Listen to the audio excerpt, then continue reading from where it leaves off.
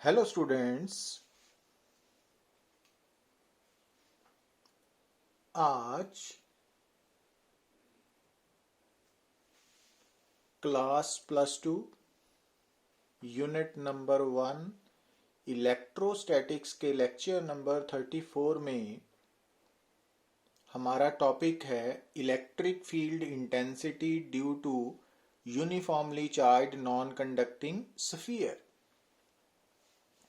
अब एक्चुअली ये topic +2 CBSE Punjab school education board के सिलेबस में नहीं है, but competition point of view से particularly JEE mains and advance के लिए इम्पॉर्टेंट टॉपिक है। तो जैसा कि हमने पिछले लेक्चर में डिस्कस किया था, electric field intensity due to uniformly charged spherical shell, but now this is uniformly charged non-conducting sphere। तो इस केस में जो चार्ज है वो through out the body of sphere distributed है।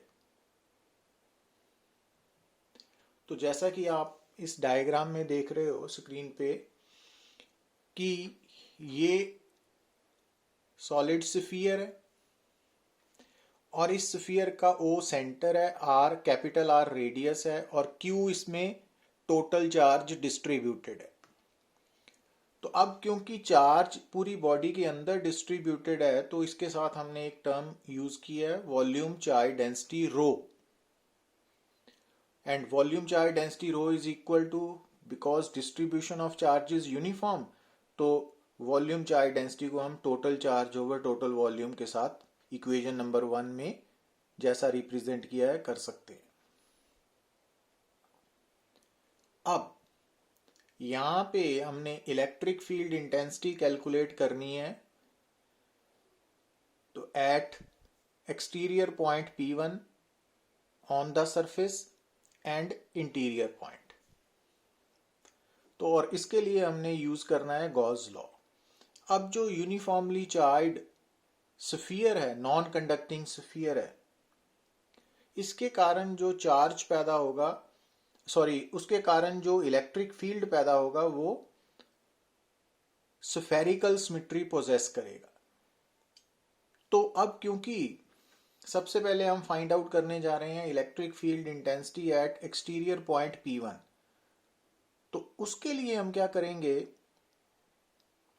कि हम जब भी, जैसा कि पिछले लेक्चर्स में मैंने बताया, जब भी आपने किसी भी पॉइंट पे इलेक्ट्रिक फील्ड इंटेंसिटी निकालनी है ड्यू टू गॉस लॉ, तो वो पॉइंट क्लोज सरफेस के ऊपर आना चाहिए। अब जो P1 पॉइंट है उसको क्लोज सरफेस के लिए हम यहाँ पे एक स्फेरिकल सरफेस S1 जो क्लोज सरफेस है वो ड्रॉ करेंगे, और ऐसा ड्रॉ करेंगे कि जो P1 पॉइंट है वो S1 सरफेस के ऊपर आ जाए। अब जो P1 पॉइंट है अगर उसका distance centre of sphere O से स्मॉल आर है, और स्मॉल आर की वैल्यू क्या होगी, कैपिटल आर से ज्यादा, क्योंकि P1 एक्सटीरियर पॉइंट है।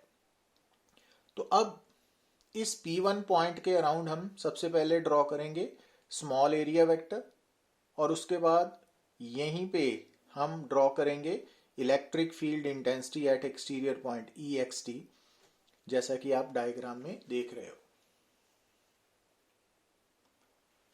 अब जब हम गॉस लॉ इक्वेशन नंबर 2 को S1 सरफेस के साथ अप्लाई करेंगे तो हमारा जो गॉस लॉ है वो इस फॉर्म में आ जाएगा। तो यहाँ पे E की जगह E एक्सटर्नल आ जाएगा, dot ds is equal to Q by epsilon naught, क्योंकि जो S1 है उसके अंदर पूरा स्फीयर लाई कर रहा है, तो Q एनक्लोज्ड कैपिटल Q के बराबर आ जाएगा। अब जैसा कि आप डायग्राम में देख रहे हो, E एक्सटर्नल एंड ds में एंगल 0 डिग्री है, तो डॉट प्रोडक्ट होने के कारण cos 0 डिग्री यहाँ पे लिखेंगे।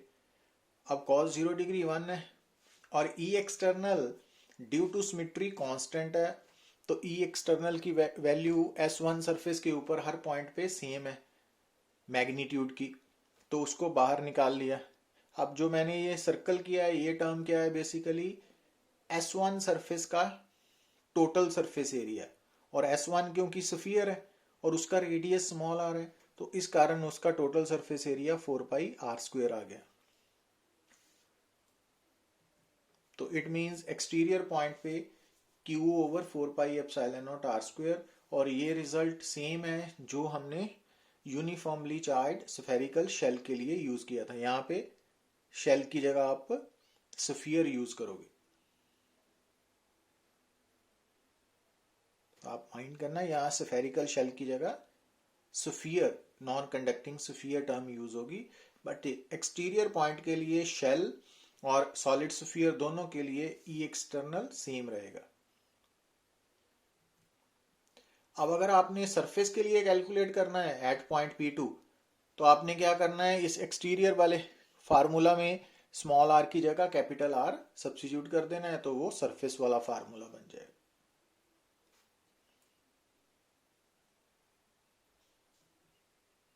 अब जब हमने इंटीरियर पॉइंट P3 पे कैलकुलेट करना है, तो अगर मान लो P3 का distance from centre O small r है और लेस देन कैपिटल आर है, तो यहां पे कैलकुलेट करने के लिए हमने क्या किया, closed Gaussian sphere S3 draw किया, और इस तरह ड्रॉ करना है कि जो P3 पॉइंट है वो S3 स्फीयर के सरफेस के ऊपर आ जाए। और अब P3 पॉइंट के अबाउट हमने area vector and E internal show कर दिया, उसकी डायरेक्शन। अब इस केस में जब हम Gauss law equation number 2 S3 को अप्लाई करेंगे, तो यहां पे ई की जगह हम लिखेंगे ई इंटरनल या इंटीरियर, और क्यू एनक्लोज्ड कितना आएगा। अब आप यहां ध्यान से देखिए कि ये जो स्फीयर है S3, तो इसके अंदर जो टोटल चार्ज एनक्लोज्ड है वो टोटल क्यू का कुछ पोर्शन है, क्यू डैश उसको बोल दिया, तो Q dash by epsilon not.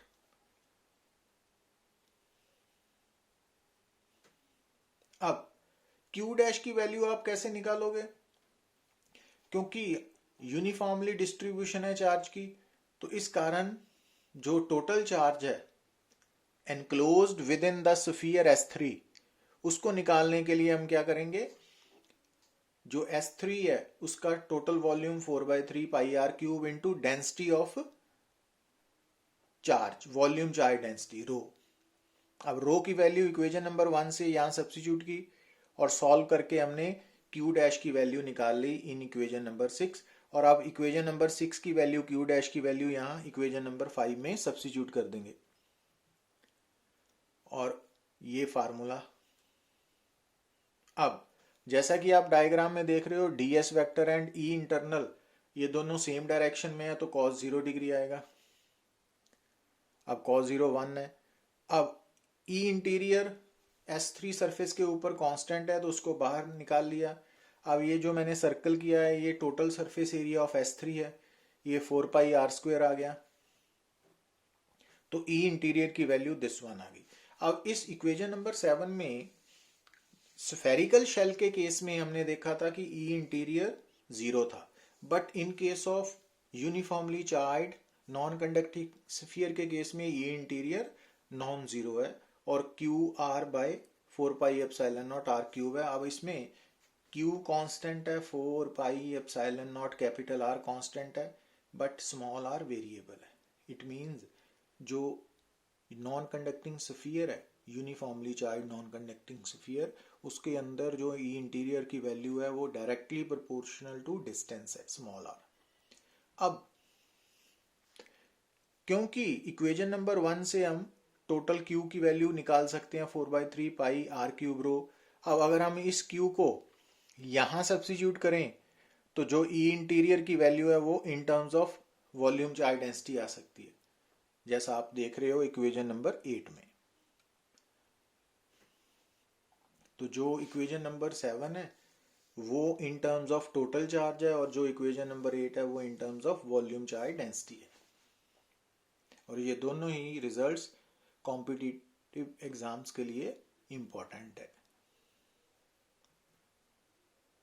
तो ये टोटल रिजल्ट्स आ गए सारे। अब अगर आप ग्राफ प्लॉट करते हो तो क्योंकि जैसा हमने देखा कि with in the solid sphere, non conducting sphere, जो ई इंटीरियर है वो डायरेक्टली प्रोपोर्शनल टू आर है, तो इट मींस सेंटर से सरफेस तक जो ग्राफ है वो स्ट्रेट लाइन होगा। अब सरफेस पे ई की वैल्यू मैक्सिमम होगी और जो एक्सटीरियर पॉइंट है वहां पे E exterior is inversely proportional to R square, तो वो कर्व्ड होगा।